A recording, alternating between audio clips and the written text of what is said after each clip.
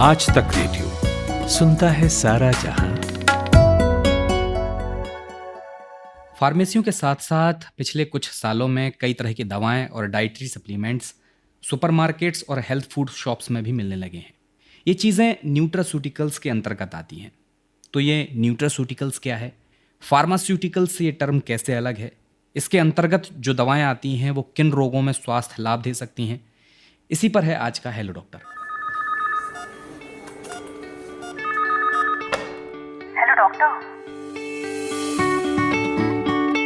Hello doctor आज तक radio की एक खास सीरीज है जिसमें हम आपकी सेहत से जुड़े टॉपिक्स पर काम की जानकारी आप तक पहुंचाते हैं स्पेशलिस्ट डॉक्टरों से बात करके। यानी अलग अलग बीमारियों पर मशहूर डॉक्टरों का ज्ञान, उनकी सलाह घर बैठे आप तक पहुंचती है हर मंगलवार सुबह आज तक रेडियो पर।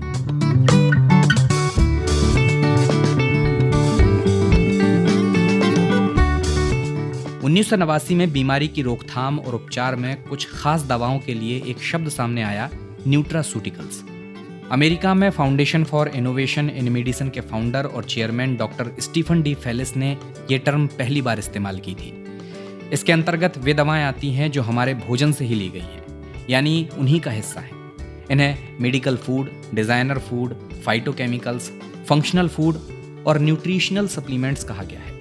अब चूंकि न्यूट्रास्यूटिकल्स दवाओं के संबंध में जब इतनी सारी टर्म्स आ जाती हैं तो कंफ्यूजन हो जाता है कि आखिर ये न्यूट्रास्यूटिकल्स है क्या। तो आज हम हेलो डॉक्टर में इसी पर बात करेंगे और जानेंगे कि इन दवाओं का इस्तेमाल कैसे और किन रोगों में किया जा सकता है। तो नमस्कार, मेरा नाम अमन गुप्ता है और मेरे साथ मौजूद हैं डॉक्टर अनीश देसाई जो क्लिनिकल फार्माकोलॉजिस्ट हैं। उन्हें फार्माकोलॉजी के क्षेत्र में 30 साल का लंबा अनुभव है और न्यूट्रास्यूटिकल के क्षेत्र में काफ़ी रिसर्च की है। तो बहुत बहुत स्वागत है डॉक्टर अनीश देसाई आपका हेलो डॉक्टर के इस एपिसोड में। अमन जी शुक्रिया। तो डॉक्टर देसाई, सबसे पहला सवाल तो यही है कि न्यूट्रास्यूटिकल्स है क्या? अमन जी, अगर हम ये देखेंगे न्यूट्रास्यूटिकल, ये दो शब्दों का एक कंबाइन करके एक इस्तेमाल किया गया है। एक है न्यूट्रिएंट या न्यूट्रिशनल और दूसरा है फार्मास्यूटिकल। जब दोनों कंबाइन करते हैं तब उसका एक नया वर्ड आ जाता है जिसको हम न्यूट्रास्यूटिकल बोलते हैं। तो उस हिसाब से हम देखेंगे तो हमें फार्मास्यूटिकल्स पता है। फार्मास्यूटिकल्स क्या है? फार्मास्यूटिकल्स ये ड्रग्स है, ये दवाइयां है जो हम ट्रीटमेंट के लिए देते हैं। हमारी कोई भी ये हो डिजीज हो, कोई भी बीमारी हो, उसके ट्रीटमेंट के लिए देते हैं। न्यूट्रास्यूटिकल ये एक टाइप की एक नेचुरल सप्लीमेंट्स है जो बेसिकली हम जो देते हैं, जो हमारे फूड्स में रहते हैं, वो हमारे बहुत सारे दूसरे हम खाना खाते हैं, फूड्स खाते हैं, उसमें रहते हैं। और उसका इस्तेमाल सिर्फ ट्रीटमेंट के लिए नहीं होता है, बट ये प्रिवेंशन के लिए भी होता है। अगर हम पुराने टाइप का एक बड़ा सेइंग ले कि prevention is better than cure, so nutraceutical एक बहुत बड़ी एक नई फील्ड है जिसमें हम ट्रीटमेंट भी देखते हैं कोई कोई डिजीज के, बट थ्रू फूड्स। हम ये कॉम्बिनेशन कर रहे हैं कि हमें फूड के जरिए हमें कैसे पोषण मिले, हमें फूड के जरिए कैसे हमारे कोई कोई डिजीज है, हमारी नॉर्मल जो प्रोसेस है उसके लिए हमें कैसे एक नई खुराक मिल सके, तो उसको हम न्यूट्रास्यूटिकल बोलते हैं। तो न्यूट्रास्यूटिकल में काफी चीजें आ जाती है, उसमें न्यूट्रिएंट्स आ जाती है, जो हमारे विटामिन है हमको पता है। हमको पता है कि इसके कोई विटामिन मिनरल्स है, जैसे कि आयरन है, फॉलिक एसिड है। न्यूट्रिएंट्स में विटामिन ए, विटामिन बी है, विटामिन सी है, फॉलिक एसिड है, ये सब हमने सुना हुआ है। तो ये सब सारे एक न्यूट्रास्यूटिकल में आ जाते हैं। इसमें और फाइटोकेमिकल्स जो हमको बोलते हैं, हम जिनको जो हमारे प्लांट्स है उससे जो केमिकल्स आते हैं उसको हम फाइटोकेमिकल्स बोलते हैं, वो भी इसमें शामिल हो जाते हैं। प्लस इसमें प्रोबायोटिक्स, प्रीबायोटिक्स, एग्जाम्पल जैसे कि हमारे जो दही है वो एक प्रोबायोटिक्स में आता है, तो वो भी शामिल हो जाते हैं। तो ये एक बड़ा एक नया एक संगम हो गया है न्यूट्रिएंट्स और फार्मास्यूटिकल का, जिसके जरिए हम हमारी हेल्थ और वेलनेस प्रमोट कर सकते हैं। अच्छा डॉक्टर देसाई, क्या ये दवाएं जब सिर्फ किसी को पोषण की कमी हो, उससे कोई दिक्कत हो जाती है, तभी काम आती हैं? अमन जी, ऐसा है कि ये जो न्यूट्रास्यूटिकल है ये एक सप्लीमेंट्स भी है और ये डेफिशिएंसी के टाइम पे भी काम आती है। एट द सेम टाइम ये इसका इस्तेमाल रूटीन हेल्थ और वेलनेस मेंटेन करने में भी इस्तेमाल होती है। जैसे कि आप देखा जाओगे कि आपके विटामिन है, विटामिन ए है, विटामिन सी है, विटामिन डी है, ये सारे आपको सप्लीमेंट्स की जरूर है। आपके ये नॉर्मल खाने में से ये सब सप्लीमेंट्स आपको मिलते हैं और ये एसेंशियल न्यूट्रिएंट्स मिलते हैं। बट क्या हो जाता है, बहुत बार हमारा खाना जो रहता है वो पोषक नहीं रहता है, हमारे बहुत सारे पॉपुलेशन में वो पोषक नहीं रहता है, उसमें ये सब सब सारे न्यूट्रिएंट्स नहीं रहते हैं, तो हमको फिर बाहर से उनका सप्लीमेंटेशन करना पड़ता है। और इसमें फिर हम सप्लीमेंटेशन में गोलियां भी दे सकते हैं या एडिशनल फूड्स भी दे सकते हैं जो ये इसमें रिच होता है। जैसे कि आप अगर देखो कि विटामिन ए है, विटामिन ए के लिए हम बोलते हैं कि कैरेट है, गाजर है, उसमें विटामिन ए की काफी अच्छी मात्रा रहती है। विटामिन सी के लिए नींबू या ऑरेंज या सिट्रस फ्रूट्स है, उसमें विटामिन सी रहता है। कैल्शियम के लिए हम बोलते हैं कि मिल्क का सप्लीमेंटेशन करना चाहिए। अगर प्रोबायोटिक्स चाहिए तो उसमें दही का लेना चाहिए। तो ये दोनों का, एज आई सेड, दोनों का संगम है। ये नॉट ओनली ये सप्लीमेंटेशन या डेफिशिएंसी स्टेट्स में दिए जाते हैं, बट ऑल्सो आपका जो हेल्दी लिविंग है और वो हेल्दी लाइफस्टाइल मेंटेन करने के लिए भी इसकी जरूरत पड़ती है। डॉक्टर देसाई, फार्मास्यूटिकल दवाओं का इस्तेमाल रोग के बाद हम एक तरह से सीधे ट्रीटमेंट के लिए करते हैं। क्या न्यूट्रास्यूटिकल्स दवाओं का भी सीधे इस्तेमाल ट्रीटमेंट के लिए किया जा सकता है? मसलन जैसे अगर हम इस्तेमाल करना चाहें, बहुत ही कॉमन बीमारियां हैं डायबिटीज़ में, हाइपरटेंशन में, ब्लड प्रेशर में, तो क्या इनका इस्तेमाल हो सकता है? बहुत सारी कॉमन दवाइयाँ ऐसे हैं जिनका इन सारी कॉमन डिजीज में काम आ जाता है। सो वैसे आप देखेंगे, जैसे आपने डायबिटीज का जिक्र किया है, तो डायबिटीज में फेनुग्रीक फाइबर है, वो हम उसका इस्तेमाल कर सकते हैं। डायबिटीज में बहुत सारे फाइबरस फ्रूट्स या फाइबरस वेजिटेबल्स अगर हम खाएं तो उससे बहुत आसानी हो जाती है, आपका ग्लूकोज जो है वो अच्छे तरह से मेंटेन हो जाता है। सो फाइबरस डाइट खाना बहुत जरूरी है डायबिटीज के पेशेंट्स के लिए। अगर आप हाइपरटेंशन देखें तो हाइपरटेंशन में बहुत सारी हार्ट की बीमारी रहती है, ब्लड वेसल्स की बीमारी रहती है, तो उसमें बहुत सारे दूसरे न्यूट्रास्यूटिकल्स है, जैसे कि कोक्यूटेन है, ओमेगा 3 फैटी एसिड्स है जो फिश ऑयल से मिलता है या फिश से मिलता है। सो ये सब खाने से बहुत सारा हेल्प हो जाता है। जिंक है, जिंक की इम्यूनिटी में आजकल काफी बहुत मात्रा में यूज हो रहा है, तो जिंक, विटामिन सी, ये हमारी जो इम्यूनिटी है वो बूस्ट करने में हेल्प हो जाती है। तो ये बहुत सारे हमारे जो न्यूट्रास्यूटिकल्स है उससे हमारे नॉर्मल डिजीज में उसका काफी सप्लीमेंटेशन से फायदा हो सकता है। ये न्यूट्रास्यूटिकल में दूसरा मैं काफी एक चीज बोलने की आपको बोलूंगा कि प्रोटीन्स एक हमारे शरीर के लिए बहुत इंपॉर्टेंट है। तो प्रोटीन्स खाना भी बहुत जरूरी है, और जब हम प्रोटीन्स खाते हैं वो भी एक न्यूट्रास्यूटिकल का एक पार्ट हो जाता है। सो प्रोटीन खाने से हमारे काफी डाइट में कंसोलिडेशन हो जाता है। प्रोटीन्स की वजह से हमारी बॉडी बिल्डिंग में हेल्प हो जाता है, मसल बिल्डिंग में हेल्प जाता है, पूरा जो हमारा मेटाबॉलिज्म है उसमें भी हेल्प होता है। तो ये सारी सब चीजें हमको बहुत सारे डिजीज से बचा भी सकते हैं, बहुत सारे डिजीज में हेल्प भी कर सकते हैं। दूसरे हम कहते हैं कि एक एंटीऑक्सीडेंट्स करके एक आती है। एंटीऑक्सीडेंट्स में क्या है? ग्लूटाथायोन है एंटीऑक्सीडेंट्स में, विटामिन सी है, विटामिन ई है। तो ये एंटीऑक्सीडेंट्स क्या है, ये हमको कैसे हेल्प करते हैं? जब हमारे बॉडी में कोई भी डिजीज होती है तो डिजीज की वजह से बहुत सारे हम उसको बोलते हैं कि डेब्रीज या कचरा जमा हो जाता है, जिसको हम फ्री रेडिकल्स बोलते हैं। तो ये फ्री रेडिकल्स को साफ करने के लिए ये एंटीऑक्सीडेंट्स हेल्प करते हैं।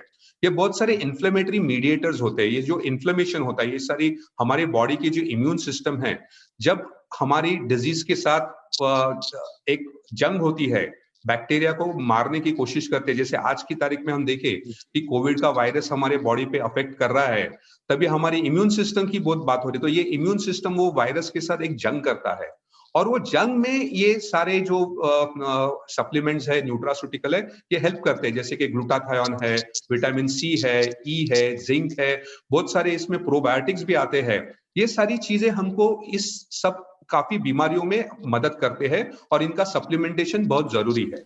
अच्छा डॉक्टर देसाई, फार्मास्यूटिकल्स में दवाओं का आधार एक तरह से केमिकल होता है।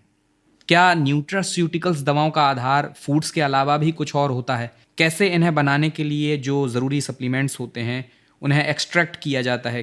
क्या इसमें भी केमिकल्स होते हैं? तो अमन जी, ऐसे है, बहुत सारे ये सप्लीमेंट्स है, ये बहुत सारे नेचुरल सोर्स से भी आते हैं। तो अगर आप देखा जाए तो विटामिन सी है, तो विटामिन सी कहाँ पे रहता है? द कॉमनेस्ट फ्रूट जो हमको पता है वो आंवला में रहता है, आपके नींबू में रहता है, आपके ऑरेंजेस है जो सिट्रस फ्रूट्स बोलते हैं उसमें रहता है। अगर आप कैरोटीनॉइड्स करके एक कंपाउंड है, तो कैरोटीनॉइड्स किस में रहता है? आपके गाजर में रहता है, कैरेट्स जिसको हम बोलते हैं उसमें रहता है।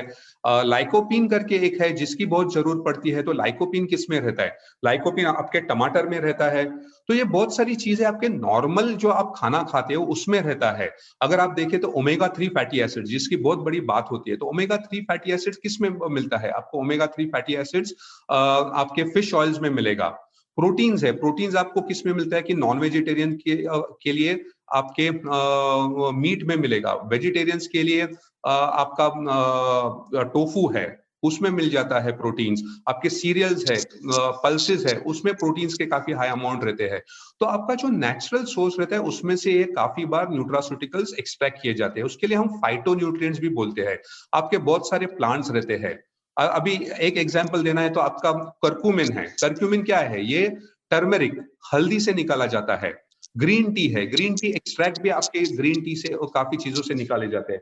तो अगर ये देखें तो इनका बहुत सारा सोर्स नेचुरली आता है एंड देयरफॉर केमिकल फार्मास्यूटिकल जैसे केमिकली सिंथेसाइज होते हैं, ये न्यूट्रास्यूटिकल का सोर्स काफी नेचुरल रहता है।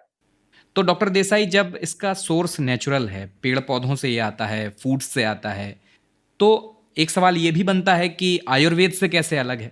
तो ये एक साइंस है अमन जी। कैसे है कि अगर आपको एक एग्जांपल दूं कि जब राम जी और लक्ष्मण जी मूर्छित हो गए थे, तब हनुमान जी ने जाके मेरू पर्वत लेके आए संजीवनी बूटी के लिए। तो संजीवनी बूटी वो एक झाड़ था या प्लांट था, बट वो प्लांट में जो एक सर्टन केमिकल्स रहते हैं वो इफेक्टिव रहते हैं। जैसे आप देखोगे कि आपका सेना है, सेना हमारे कॉन्स्टिपेशन में काम होता है, वो भी एक इससे आता है, बट वो एक केमिकल जो प्लांट से एक्सट्रैक्ट करते हैं उसका एक्टिव प्रिंसिपल है। तो आयुर्वेदा में हम बात करते हैं बहुत सारी प्लांट्स के बारे में और बहुत सारे जड़ी बूटियों के बारे में, बट जो उसका एक्टिव प्रिंसिपल रहता है जिसे हम फाइटोकेमिकल्स बोलते हैं।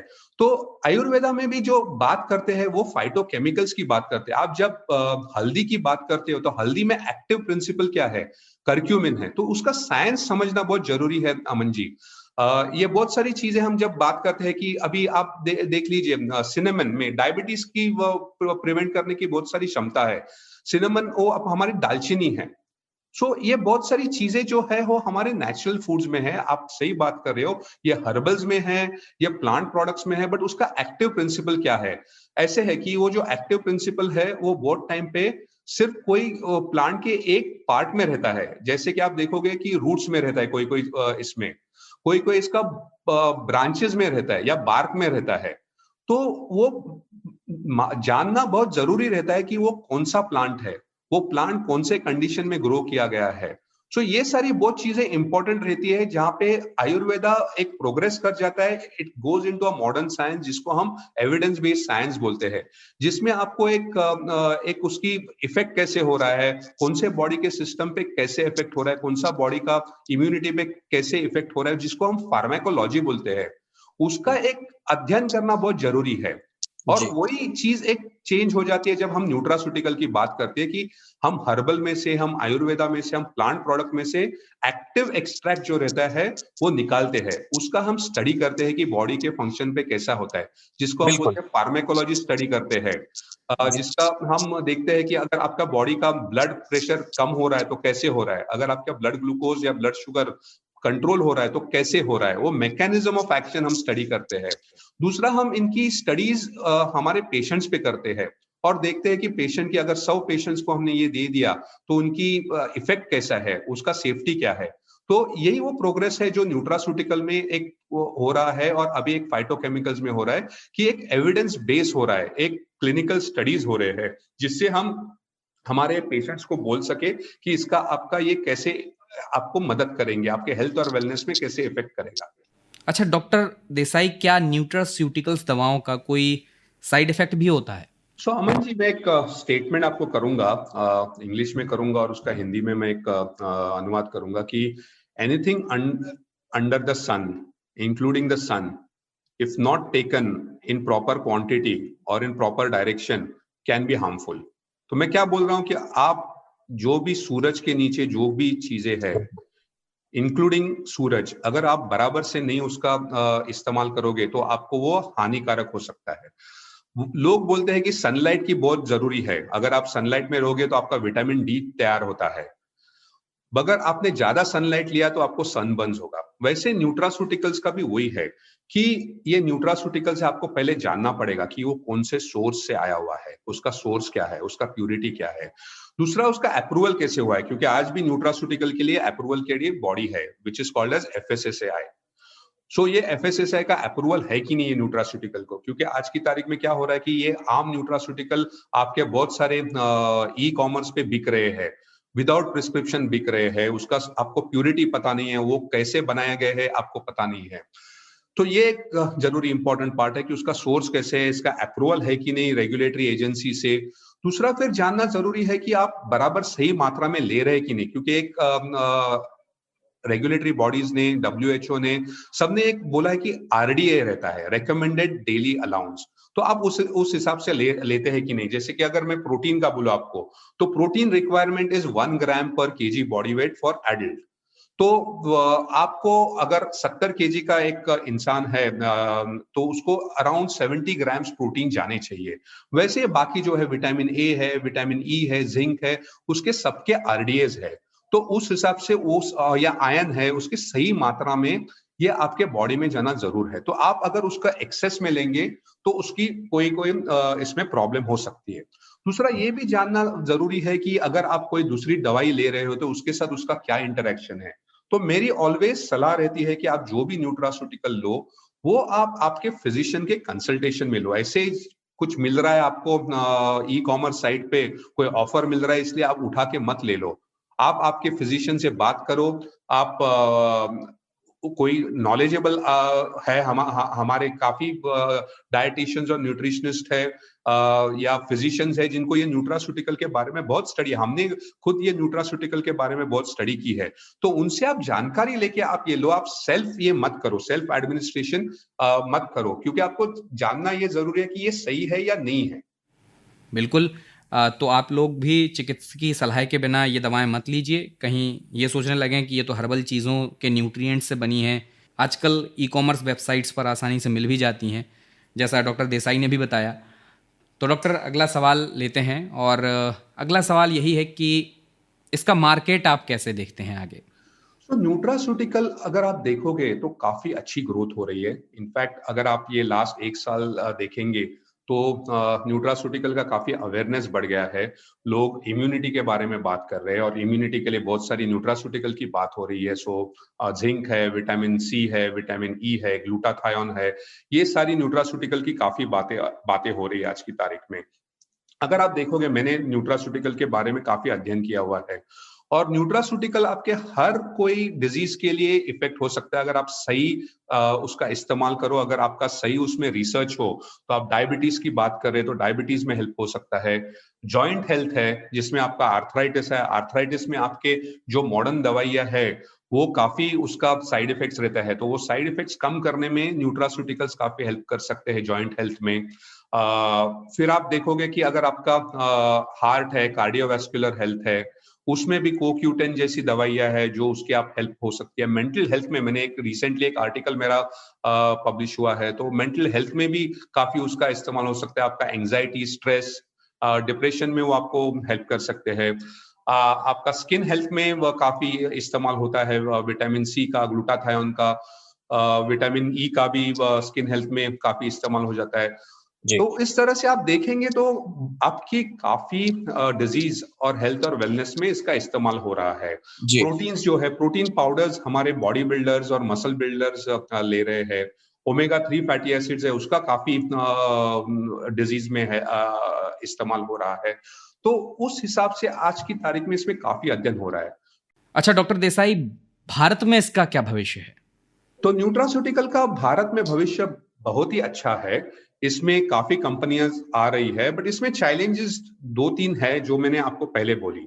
इसमें एक तो पहले इसकी ऑथेंटिसिटी होनी चाहिए, अच्छे सोर्स से आनी चाहिए, क्योंकि एज आई सेड कि न्यूट्रास्यूटिकल है वो कोई भी आज की तारीख में बनाता है और ये एक रॉन्ग इंप्रेशन है कि सब न्यूट्रास्यूटिकल सेफ होते हैं, बट उसका सोर्स क्या है, उसकी प्यूरिटी क्या है, उसका अप्रूवल किससे आया हुआ है। तो वो लेबल आपको देखना बहुत जरूरी है न्यूट्रास्यूटिकल का, कि ये FSSAI ने अप्रूव किया है कि नहीं, इसमें कौन से मात्रा में क्या अवेलेबल है, ये कौन से कंपनी, अच्छी जानी मानी कंपनियों के आप न्यूट्रास्यूटिकल देखने चाहिए, क्योंकि as I said e commerce पे कोई भी कंपनियां बिकती है तो आपको ऑथेंटिक सोर्स से न्यूट्रास्यूटिकल, सो वो एक आपको ध्यान रखना चाहिए। दूसरा आपको ध्यान देखना चाहिए कि न्यूट्रास्यूटिकल में कैसे एविडेंस है, उसकी क्या स्टडीज की हुई है, रिसर्च क्या किया गया हुआ है। सो ये सारी चीजें भारत में बढ़ रही है, इंडिया में काफी बढ़ रही है, लोगों का इंटरेस्ट बढ़ रहा है। जो हमारे मॉडर्न मेडिसिन के डॉक्टर्स हैं वो भी सब इसका अध्ययन कर रहे हैं, उस पर रिसर्च कर रहे हैं, और उनको भी पता चला है कि सबको अभी ये एक अवेयरनेस बढ़ रहा है और ये बढ़ते जाएगा। और ये मार्केट अगर मैं कमर्शियल टर्म्स में बात करूं तो मार्केट की ग्रोथ 20 to 25% हो रही है, ये काफी बढ़ेगा। और ये आने वाले टाइम में बहुत सारी फार्मास्यूटिकल कंपनियां भी इसमें अपना योगदान दे रही है और वो भी उसमें पार्टिसिपेट कर रही है, और उनके आने से काफी जगह पे काफी अवेयरनेस बढ़ रहा है, इसमें एजुकेशन बढ़ रहा है, तो इसमें काफी काम है अमन जी। तो ये ऐसे नहीं है कि मार्केट ऐसे ही बढ़ेगा, इसमें आपको सोर्स अच्छी तरह से देखना चाहिए, उसकी ऑथेंटिसिटी देखनी चाहिए, उस पर रिसर्च करना चाहिए, उसमें काफी कुछ एजुकेशन करना चाहिए, उसमें अवेयरनेस करनी चाहिए। तो ये बहुत सारी चीजें हो रही है और बढ़ रही है, और इसके लिए इसमें काफी एक इन्वेस्टमेंट लगेगा, इसमें काफी पैसा लगाना पड़ेगा, और वो करना बहुत जरूरी है ये मार्केट को ग्रो करने के लिए। बट लोगों का अवेयरनेस डेफिनेटली अभी बढ़ रहा है और बढ़ाने की भी आवश्यकता है। डॉक्टर देसाई, बिल्कुल आखिरी सवाल है, और आखिरी सवाल आपसे कोविड के संबंध में ही लेंगे, चूंकि आप पहले भी जानकारी दे चुके हैं, लेकिन फिर भी चूंकि महामारी का समय है, ऐसे में न्यूट्रास्यूटिकल्स की कौन सी दवाएं इम्यूनिटी बढ़ाने के लिए बेहतर होंगी? इसका जवाब एक बार और आप हमारे लिसनर्स को दे दीजिए। तो ये आप एक जनरल वेलनेस की आपको एक ध्यान देना जरूरी है बहुत, बिकॉज अगर आप देखोगे तो कोविड के इसमें टाइम में, संक्रमण के टाइम पे बहुत सारी कोमॉर्बिडिटीज की हम बात करते हैं, इसीलिए ये कोमॉर्बिडिटीज का से हमको ध्यान रखना चाहिए। प्रेग्नेंट विमेन है, बच्चे हैं, बुजुर्ग है, उनका हमको, सीनियर सिटीजन है, उनका हमको ध्यान रखना चाहिए। अगर स्पेसिफिकली अगर इम्यूनिटी की बात करना चाहिए तो मैंने जो अध्ययन किया है, मैंने जो एक रिसर्च किया है, उसके हिसाब से ग्लूटाथायोन है, विटामिन सी है, जिंक है, कोई प्रोबायोटिक्स भी है जो हेल्प कर सकते हैं। तो ये सारी चीजें हैं जो इम्यूनिटी बिल्ड करने में आपको हेल्प कर सकती है। विटामिन डी है, ये सारे विटामिन का एक सही मात्रा में सेवन करना इंपॉर्टेंट है। इसका सप्लीमेंटेशन से, इन विटामिन्स और इन न्यूट्रास्यूटिकल्स के सप्लीमेंटेशन से आपको हेल्प हो सकती है। तो डॉक्टर देसाई, बहुत बहुत शुक्रिया आपका हेलो डॉक्टर का हिस्सा बनने के लिए और न्यूट्रास्यूटिकल से जुड़ी ये तमाम जानकारी हमको देने के लिए। अमन जी, आपका भी शुक्रिया, और मेरा काफी अच्छा वक्त आपके साथ बात करने में गया, और हमारे प्रेक्षकों के साथ ये इन्फॉर्मेशन शेयर करने में अच्छा लगा कि उनको क्या मदद हो सकती है और वो कैसे हेल्थ और वेलनेस के अपने केयर कर सकते हैं इस टाइम पे, जो काफी ये है। And again one message, stay home, stay safe. Hello doctor का ये एपिसोड आपको कैसा लगा, आप हमें radio@aajtak.com पर बता सकते हैं। इसके अलावा अगर आप चाहते हैं कि हेलो डॉक्टर में हमें किसी खास बीमारी पर चर्चा करनी चाहिए तो वो भी हमें आप लिखकर भेज सकते हैं। इस पॉडकास्ट के लिए साउंड मिक्सिंग की है हमारे साथी कपिल देव सिंह ने। मेरा नाम अमन गुप्ता है, इजाजत चाहूंगा, नमस्कार।